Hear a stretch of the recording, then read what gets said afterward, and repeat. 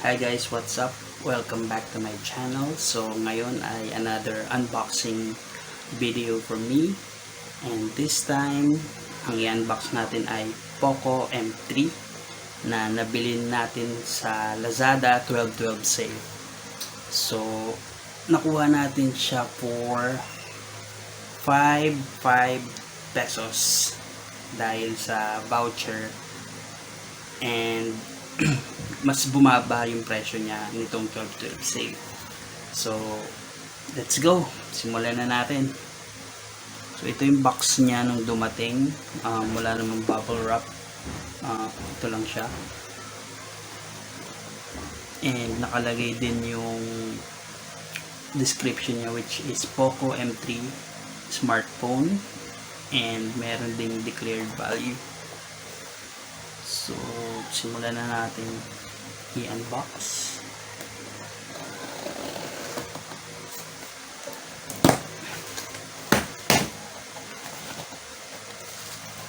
So dito may bubble wrap,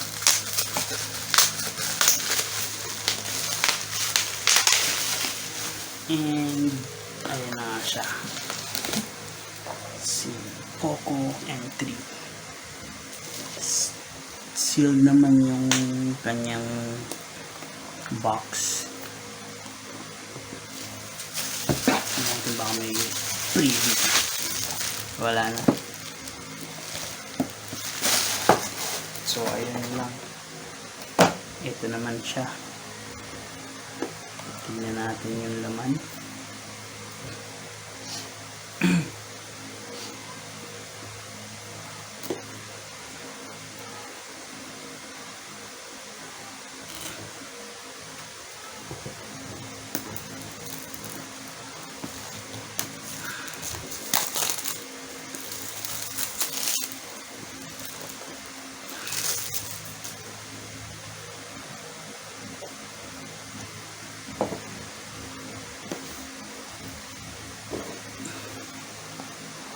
Kulay dilaw pa rin, and ito na siya, yung phone, which is power black. So quick specs ni POCO: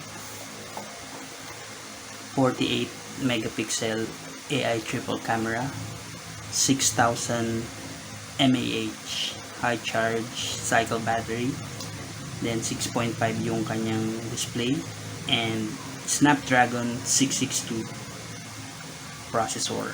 So tingnan natin, open natin siya. Sobrang kinis, nakadikit pa yung wow. So yung nakuha ko guys is 4 plus 64 nitong 12/12 sale. So tingnan natin yung iba pang laman. So SIM ejector, may free case din naman pala siya. Ito, balot na balot din yung kanyang free case. So ayan yung kanyang free jelly case, clear gel case, and manual, warranty card. Tingnan natin baka may iba pang laman. So yung charger na ganito, kailangan nyo ng adapter.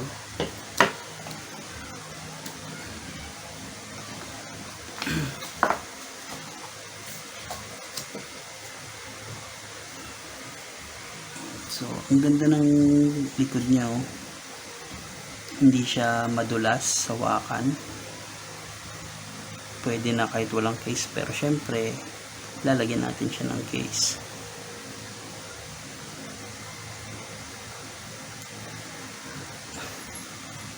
Try natin i-on.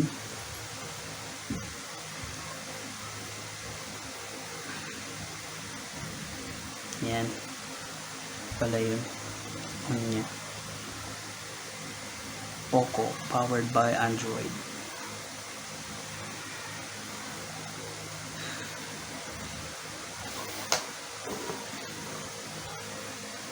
MIUI.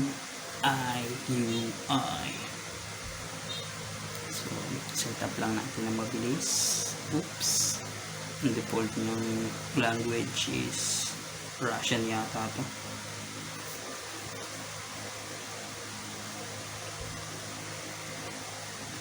Yan. Kala ko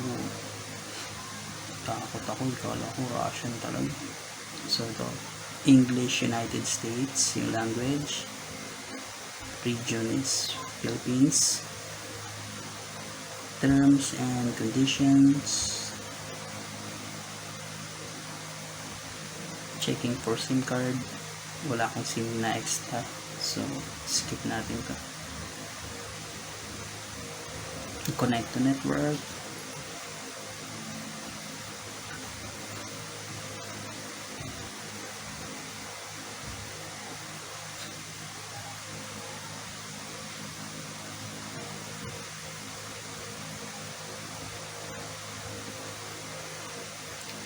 Authenticating. Connected. So, tingnan natin. Checking for updates.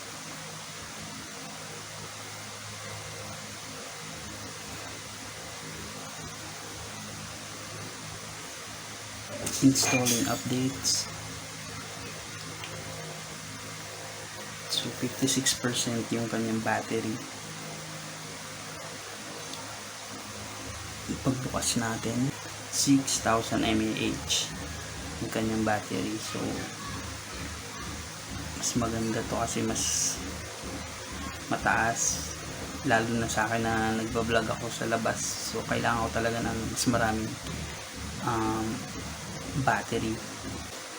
Welcome. Getting account info.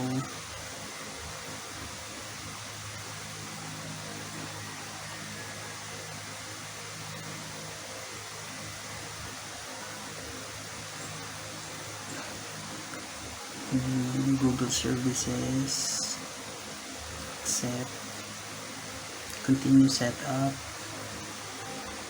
just a sec. Google Assistant, access your assistant with Hey Google. Your assistant can already hear your voice. Hey Google is ready. Anything else? No thanks for now. Adding finishing touches. Sign in with the previously used Google account. Skip. Me account in Xiaomi Cloud. Wala ako nito, so skip. Set password. So let's try using the fingerprint. Set a password, so pattern na lang muna. Remember your password, got it. Add fingerprint, so andito yung fingerprint niya sa side, and yun na rin yung power button. So magandang gamitin is thumb.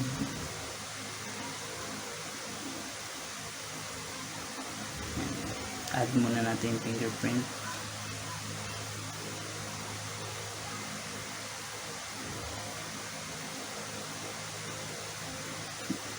Medyo ano lang kasi mas maganda yung nasa likod sa tingin ko kasi mas malawak yung nasa sakop niya.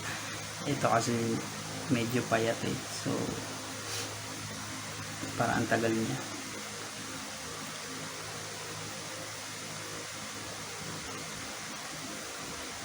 Medyo nahihirapan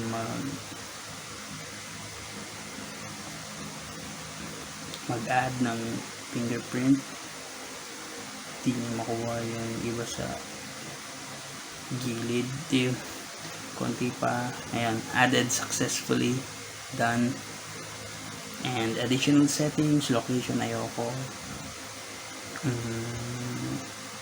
automatic system updates, huwag na muna siguro. Personalized ads, wag. Turn off. Next, choose a theme. So classic lang tayo, classic, and setup complete. You're ready to rock. Yan na.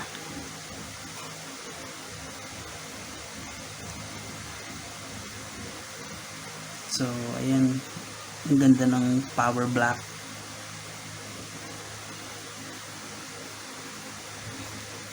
Naiinis lang ako kasi na fingerprintan ko na siya agad. So mamaya punasan na lang natin. So ganda dito.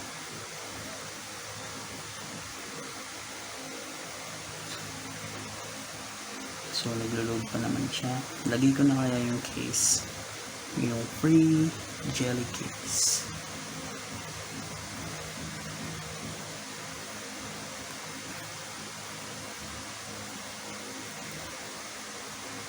Yeah.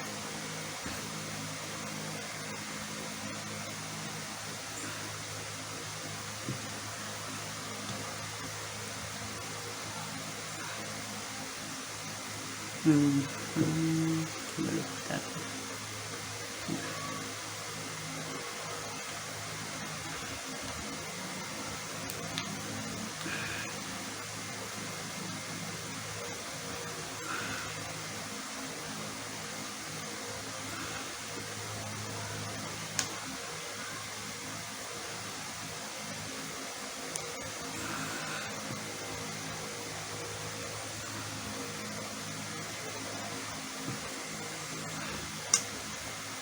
Yun.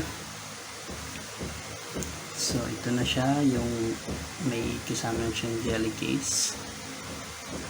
In fairness, mas maganda pala pag may jelly case siya. Mas naging mas umano yung grip niya. Hindi siya madulas. Mas maganda siyang hawakan. Yun. So ito, completing setup. Ito na yung kanyang UI, bagong-bago, ang kinis, diba? So ito yung kanyang Google Apps. So kompleto. Download na naman tayo ng mga apps natin. So may preloaded game siya kasama. And may Facebook, Amazon, Booking.com, LinkedIn, and WPS Office din. So, bisitahin natin yung settings, about phone. So, ayan. MIUI version, global, 12.0.1, stable yung ating UI. And yung storage natin is 64 gig with 4 gig RAM. And Android version 10 siya. So, ayan, 4 gig RAM with octa-core processor, which is Snapdragon 662. And all specs, 4 gig RAM with octa-core CPU, Android version 10. Status, so meron siyang dalawang SIM slot.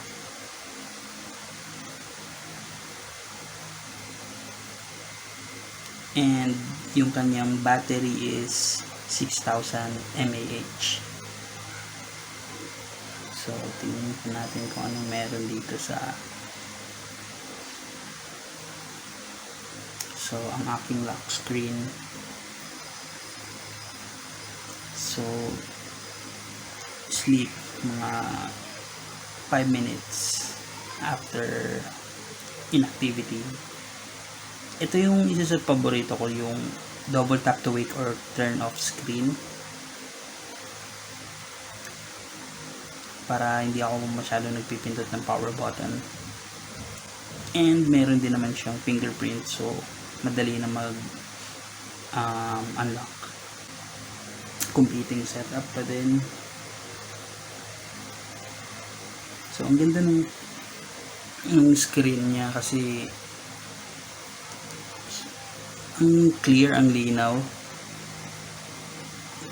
And yung camera niya test natin, which is 48 MP daw.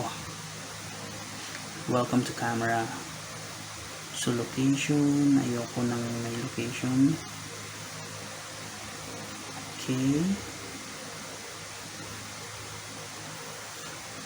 HDR.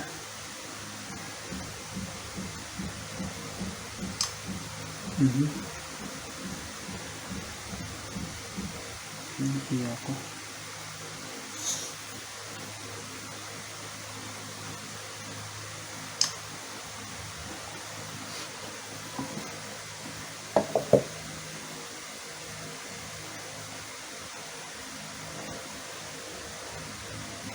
AI camera.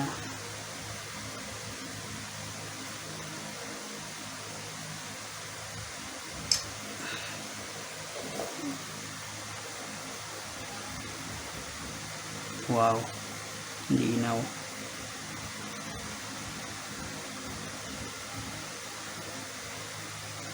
Portrait mode. Test natin yung selfie. Ngayon nakapag-selfie tayo.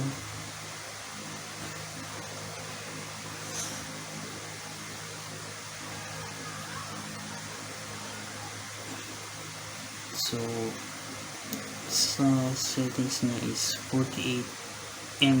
Ayan, Ultra HD is on. Wow, kitang kita yung ano ng bag ko.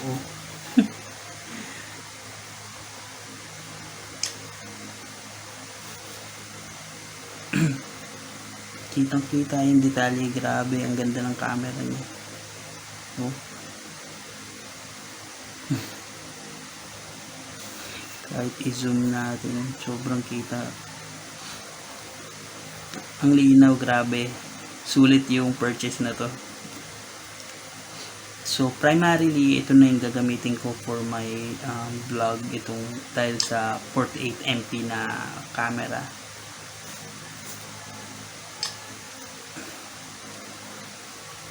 So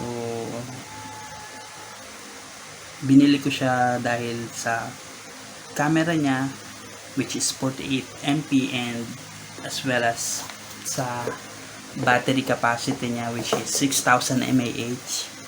Kaya magandang kombinasyon yun, lalo na pag nagbablog ako sa labas, para mas tumagal ako and mas maganda yung makapture natin quality.